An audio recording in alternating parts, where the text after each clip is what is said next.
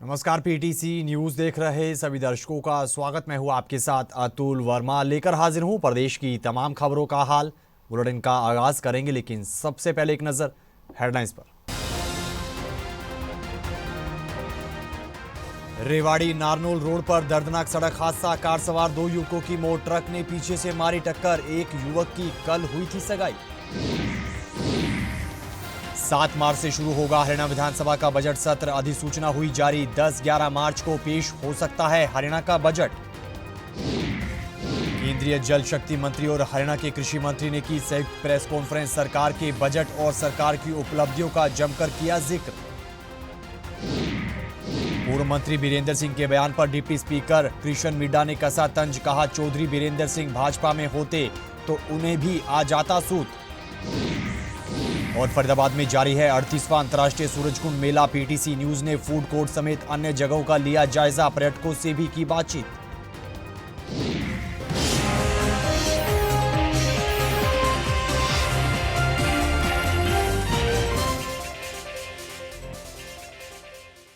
तो चलिए बुलेटिन का आगाज करेंगे बड़ी खबर के साथ।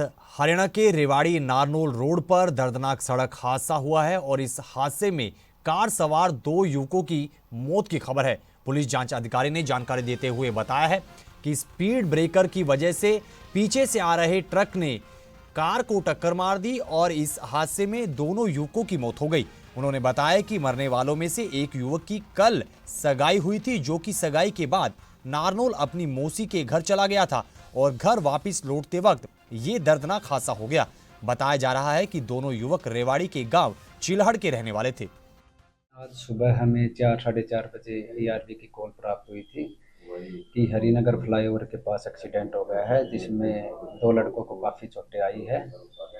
उसके बाद उनको जीएच रेवाड़ी में इलाज के लिए लेके गए, जहां पर उनको हायर सेंटर रेफर कर दिया। मातृका हॉस्पिटल में वो उनकी इलाज के दौरान मौत हो गई है। उनमें एक लड़के का नाम पुष्पेंद्र है, एक संदीप है, जो चिल्लड़ गांव के रहने वाले हैं। हाँ, इन्वेस्टिगेशन में आया है ये सामने कि भाई संदीप की कल सगाई हुई थी। वो उसके बाद सगाई होने के बाद अपनी मौसी के घर नारनौल चला गया था। नारनौल से आते वक्त ये इंसिडेंट हुआ है। तो क्या तेज गति इसका कारण था या क्या कारण रहा था इसका एक्सीडेंट? वहाँ हरिनगर फ्लाईओवर से हम NH71 की तरफ जाते हैं तो वहाँ एक डाइवर्जन आता है जो रोड अंडर कंस्ट्रक्शन है। वहाँ पर एक ब्रेकर है, ब्रेकर के कारण ये एक्सीडेंट हुआ है। इधर हरियाणा सरकार ने निकाय चुनावों के बाद हरियाणा विधानसभा के बजट सत्र को लेकर फैसला किया है। जानकारी के मुताबिक 7 मार्च से हरियाणा विधानसभा का बजट सत्र शुरू होने जा रहा है। राज्यपाल बंडारू दत्तात्रेय के अभिभाषण के साथ बजट सत्र की शुरुआत होगी और खबर यह है कि 10 या 11 मार्च को हरियाणा का बजट पेश हो सकता है। बता दें कि पिछले दिनों हुई मंत्रिमंडल की बैठक में सीएम नायब सिंह सैनी का बजट सत्र की तारीख घोषित करने को लेकर अधिकार दिया गया था, जिसके बाद उन्होंने राज्यपाल और विधानसभा अध्यक्ष से चर्चा की और राज्यपाल की ओर से अब बजट सत्र बुला लिया गया है।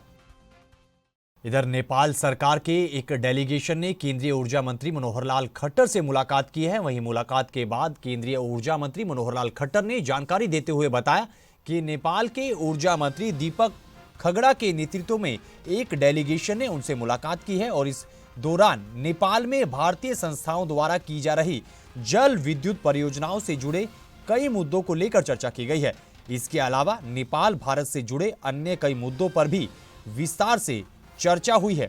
इस दौरान नेपाल के ऊर्जा मंत्री ने पीएम नरेंद्र सिंह मोदी के नेतृत्व का खास तौर पर जिक्र भी किया और उनकी जमकर प्रशंसा भी की है। इधर केंद्रीय जल शक्ति मंत्री सीआर पाटिल और हरियाणा के कृषि मंत्री श्याम सिंह राणा ने संयुक्त तौर पर प्रेस कॉन्फ्रेंस की है और इस दौरान उन्होंने सरकार के बजट, सरकार की उपलब्धियों के साथ साथ डार्क जोन खत्म करने की सरकार की योजनाओं और SYL जल विवाद को लेकर अपनी प्रतिक्रिया दी है। इस दौरान उन्होंने क्या कुछ कहा है, सुनेगा। देखिए, विरोध पक्ष का काम है विरोध करना, चाहे कितना भी अच्छा हो। कभी आपने सुना है कि इतने सालों में किसी ने बजट के बारे में अच्छा बोल दिया? नहीं बोलेंगे। क्या बजट पूरा खराब है? उसमें से कुछ तो उनको अच्छा लगा होगा, नहीं लगा, नहीं लगेगा भी नहीं। मगर मैं आपको कह सकता हूं कि युवाओं को काम मिले, महिलाओं की सुरक्षा बढ़े, महिलाओं की जो तकलीफ है वो दूर हो जाए। एक जल जीवन मिशन, उसके लिए दूसरा 67,000 करोड़ रुपए मेरा मंत्रालय की बात है, इसके लिए मैं कर रहा हूँ। अब जो WHO का रिपोर्ट कहता है कि जल जीवन मिशन के कारण 5.5 करोड़ घंटे महिलाओं के बचे हैं। ये बहनें रोज इतना बोझ उठाकर पानी लाती थी, इतने दूर तक जाती थी और 5.5 करोड़ घंटे उनके उसमें खर्च होते थे। ये योजना के कारण उनको अपने घर में शुद्ध पानी मिल रहा है, उनको कहीं जाने की आवश्यकता नहीं है, उनके 5.5 करोड़ घंटे बच रहे हैं। और ये रिपोर्ट पीएम साहब का नहीं है, ये सरकार का नहीं है, ये WHO का रिपोर्ट है। और इस रिपोर्ट में और भी कहा गया है कि ये जो शुद्ध पानी मिलने के कारण, जो स्वच्छ पानी है उसके कारण जो बच्चे पहले बीमार पड़ते थे, उसके अंदर 3 लाख बच्चों की मौत को रोका जा पाया है। खबरों में आगे बढ़ते हैं। पूर्व मंत्री चौधरी बीरेंद्र सिंह के एक बयान पर हरियाणा विधानसभा के डिप्टी स्पीकर कृष्ण मिड्डा ने तंज कसते हुए पलटवार किया है। इस दौरान डॉक्टर कृष्ण मिड्डा ने कहा कि उन्होंने कांग्रेस के प्रदर्शन को लेकर बातचीत की थी, क्योंकि दिल्ली में बीते कई सालों से कांग्रेस का प्रदर्शन 0/0 चलता रहा है। इस दौरान उन्होंने कहा कि अगर चौधरी बीरेंद्र सिंह भाजपा में होते तो उनको भी सूत आ जाती। अरे न्यूका भाई तेरा सूत बैठ रहा है, जैसा मिड्डा और कांग्रेस के प्रति ऐसी ये कम से कम सब बात करनी चाहिए। मोक्ष की तो प्राप्ति के लिए और बतेरे जान लग रहे हैं, तेरे जाओगे मारेंगे जितनी घड़ी डुबकी मारेंगे उतने तोड़े। देखिए, जो मोक्ष की प्राप्ति का जो मैंने कहा है, तो दिल्ली में आप देख रहे हैं विधानसभा चुनाव हुआ उसमें 0 रही, लोकसभा चुनाव हुआ फिर उसमें 0 रही, फिर विधानसभा चुनाव हुआ आपके सामने 0/0 रहा। जिस व्यक्ति को मतलब जैसे शास्त्रों में कहा गया है कि जिसे किसी लाभ हानि जीवन मृत्यु से जो दूर हो जाए, जिसके लिए कि मन में यही न रहे, तो मोक्ष ही चाहता है। दिल्ली के अंदर तो देखिए इतने लंबे समय से कांग्रेस की 0/0 रही, तो आपके सामने मोक्ष। और जहाँ तक सूत में आने की बात है, तो अब मान लीजिए, देखो मुझे कहना नहीं चाहिए चौधरी साहब के बारे में, उनको को सूत आ गई तो मैं क्या कर सकता हूँ। अगर वो भारतीय जनता पार्टी में रहते तो उनको भी सूत आई हुई थी, छोड़ के तो वो गए, हम तो गए नहीं। इस विषय में तो चौधरी साहब को सोचना चाहिए। और वैसे भी चौधरी साहब हमारे सम्माननीय हैं, मैंने आज तक कोई भी शब्द किसी के बारे में नहीं कहा। खबरों में आगे बढ़ेंगे, अगली खबर का जिक्र करेंगे। हरियाणा में होने वाले निकाय चुनावों को लेकर आम आदमी पार्टी ने बड़ा फैसला किया है। आपके प्रदेश अध्यक्ष डॉक्टर सुशील गुप्ता ने जानकारी देते हुए बताया है कि ये चुनाव आम आदमी पार्टी सिंबल पर लड़ेगी। और इसी कड़ी में उन्होंने रोहतक में जिला पदाधिकारियों के साथ मीटिंग भी की है। इस दौरान उन्होंने कहा कि जनता ने हमें इस बार दिल्ली में विपक्ष में बैठने का मौका दिया है और विपक्ष में रहकर जनता की आवाज को बुलंद किया जाएगा। वहीं उन्होंने दिल्ली चुनाव को लेकर भाजपा पर भी निशाना साधा है।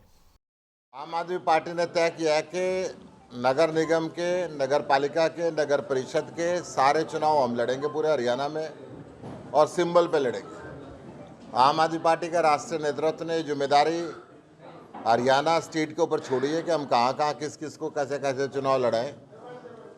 तो पूरे हरियाणा के अंदर मैं घूम रहा हूँ और कैंडिडेटों के नाम आ रहे हैं, और पूरी मेहनत के साथ, पूरी शिद्दत के साथ बीजेपी के भ्रष्टाचार को ख़त्म करने के लिए, हरियाणा में कूड़ों के ढेर को ख़त्म करने के लिए, नालियों की सफाई, पेड़ों की कटाई, 24 घंटे बिजली पानी मिले, इस सोच के साथ ये निगम के चुनाव लड़ाए जा रहे हैं। फरीदाबाद निगम इन्होंने 3 साल चुनाव लेट किया। ऐसे सब जगह कहीं ना कहीं नियमों की धज्जी उड़ाते हुए ऐसा भी आया कि सिर्फ पेपरों पे काम हुआ, धरातल पे काम नहीं हुआ और पेमेंट कर दी। आज भारतीय जनता पार्टी में सब कुछ ठीक ठाक नहीं चल रहा। कहीं अपने वरिष्ठ मंत्रियों के खिलाफ शोकॉज नोटिस देते हैं, तो कहीं इनके अध्यक्ष के खिलाफ FIR लिखी जाती है। ये जो स्थिति है, हरियाणा के विकास की तरफ ध्यान नहीं दिया जा रहा। तो निकाय चुनावों को लेकर हरियाणा में सरगर्मियां अब तेज हो चली हैं। इसी कड़ी में धर्मनगरी कुरुक्षेत्र में स्थानीय लोगों ने कई मुद्दों का जिक्र किया है। लोगों के मुताबिक आवारा पशुओं का आतंक, सफाई व्यवस्था, इसके साथ साथ डंपिंग जोन को लेकर वो इस चुनाव में वोट करेंगे और तमाम मुद्दों का जिक्र भी खास तौर पर किया जाएगा। गलियों में, शहरों में घूमते हैं, आवारा कुत्ते घूम रहे हैं। इसका सबसे बड़ा मुद्दा शहर के अंदर इस टाइम यही है, क्योंकि ये इन पशु और कुत्तों ने जो हमारे शहर के लोगों का जीना हराम कर रखा है, क्योंकि ये मारते हैं, काटते हैं, जिससे कई बुजुर्ग लोग जख्मी हुए हैं, बच्चों को भी चोटें लगी हैं। सबसे बड़ा मुद्दा पहला तो मेरा ये है। नंबर 2, मेरे वार्ड में सबसे बड़ी समस्या जो अब हुई है पानी की। 2 ट्यूबवेल ख़राब होने के कारण पानी की व्यवस्था थोड़ी ख़राब हो गई है। ये मेरा सबसे बड़ा मुद्दा। तो ये जो इस बार नगर परिषद के चुनाव हो रहे हैं, मुझे लगता है कम से कम 3 वर्ष तो डिले है। ये डिले इसलिए है क्योंकि यहाँ पे जो BLOज हैं या बड़े अधिकारी हैं, उनका काम जो है वो सिस्टमेटिक ढंग से, वार्ड वाइज सिस्टमेटिक ढंग से परिवार के हिसाब से वोट बनाना है। लेकिन वो अब भी नहीं, पहले भी नहीं, कभी ये ना हुआ है पिछले 10-15 सालों में, और तोड़ मरोड़ कर वोटें बनाई जाती हैं। और दूसरी बात ये है कि यहाँ पे जो विकास की बात है, यहाँ पे 32 के 32 वार्डों से कूड़ा करकट उठता है, उसके लिए कोई डंपिंग जोन मुझे नहीं दिखाई दिया। बार बार पिछले 2-3 सालों में हमने देखा कि बार बार डंपिंग जोन को कभी कहीं शिफ्ट कर देते हैं, कभी कहीं शिफ्ट कर देते हैं। तो ये बहुत बड़ी समस्याएं हैं। पिछले 22 साल से यहाँ पे शायद एक महिला चेयरपर्सन रही है, उसने शहर में कोई विकास करे नहीं कराया। नालियाँ गंदगी भरी पड़ी हैं, सड़कें टूटी पड़ी हैं, बेहाल है शहर। कौन रहा है नगर परिषद का? सुभाष सुधा जी हैं यहाँ पे, शायद पहले विधायक मंत्री थे, उनकी वाइफ उमा सुधा। विकास कार्य कुछ नहीं हुए पिछले 22 कुछ नहीं हुआ जी। मैं तो अब देखता हूँ काफ़ी एरिया में जाके, गाँव में गलियों में कोई विकास नहीं है। जो सड़कें एक बार बन गई हैं वो पिछले 20 साल से दोबारा रिपेयर नहीं हुई, शायद टूट चुकी हैं, खड्डे पड़े हैं उनमें। तो जो भी नई भी चेयरपर्सन आएंगी उनसे ही प्रार्थना है कि वो काम करें, हाँ विकास करें, सफाई कराएं। गंदगी बहुत ज़्यादा है, बदबू आती है सड़कों में, नालियाँ भरी पड़ी हैं गंदगी। और क्या बड़ा इशू हो सकता है? क्योंकि पशु अक्सर देखने मिलते हैं गली। पशु वाला तो आप देख लो जी, हाँ आवारा पशु बिल्कुल। कुत्ते खैर कंट्रोल नहीं होते, लेकिन पशु कंट्रोल हो सकते हैं। किसी भी सड़क पे आप चले जाओ, रात को 10-20 गायें सड़क पे खड़ी मिलेंगी।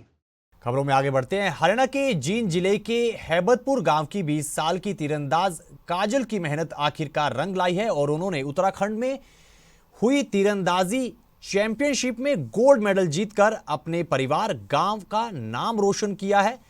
काजल ने बताया कि उनके पिता का साया उनसे 8 साल पहले ही उठ गया था और उनकी मां आंगनवाड़ी में खाना बनाती हैं। ऐसे में उनके चाचा और उनकी मां ने उन्हें खेल के लिए पूरा सपोर्ट किया और वो आगे भी कड़ी मेहनत करेंगी। इस दौरान उन्होंने इस उपलब्धि का श्रेय अपने कोच, माता पिता और अपने चाचा को दिया है।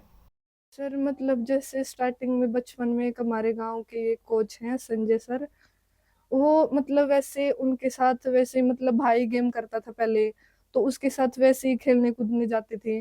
तो देखा वहाँ का माहौल तो थोड़ा इंटरेस्ट बना। तो उस टाइम तो घर वाले भी बोलते थे गेम कुछ नहीं है, पढ़ाई जरूरी है। फिर सर मैंने थोड़ा गेम स्टार्ट किया। पहले मैंने खो खो खेली जगदीश सर के पास, फिर सर उधर ही मतलब खो खो के ग्राउंड से जस्ट साइड में आर्चरी का ग्राउंड, तीरंदाजी का मैदान था। तो सर उधर बच्चों को देखा, थोड़ा इंटरेस्ट बढ़ा, तो घर वालों से बात की। तो उन्होंने भी शुरू में तो ऐसे किया कि क्या है गेम ऐसे वैसे। तो फिर सर थोड़ा सा बच्चे के कहने पे घर वालों ने भी थोड़ा सपोर्ट किया। तो सर मैंने आर्चरी स्टार्ट किया अमित सर के पास, जो कि हिसार से बिलोंग करते हैं। तो वहाँ पे सर करा तो 1-2 साल में सर थोड़ा ठीक परफॉर्मेंस आने लगी।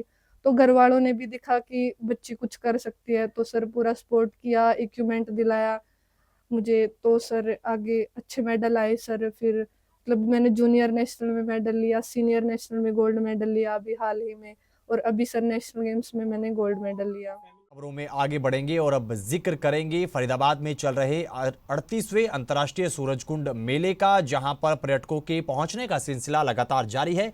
इसी कड़ी में पीटीसी न्यूज ने फूड कोर्ट समेत अन्य जगहों का जायजा लिया है और यहां पहुंच रहे पर्यटकों से खास तौर पर बातचीत भी की है। देखिएगा।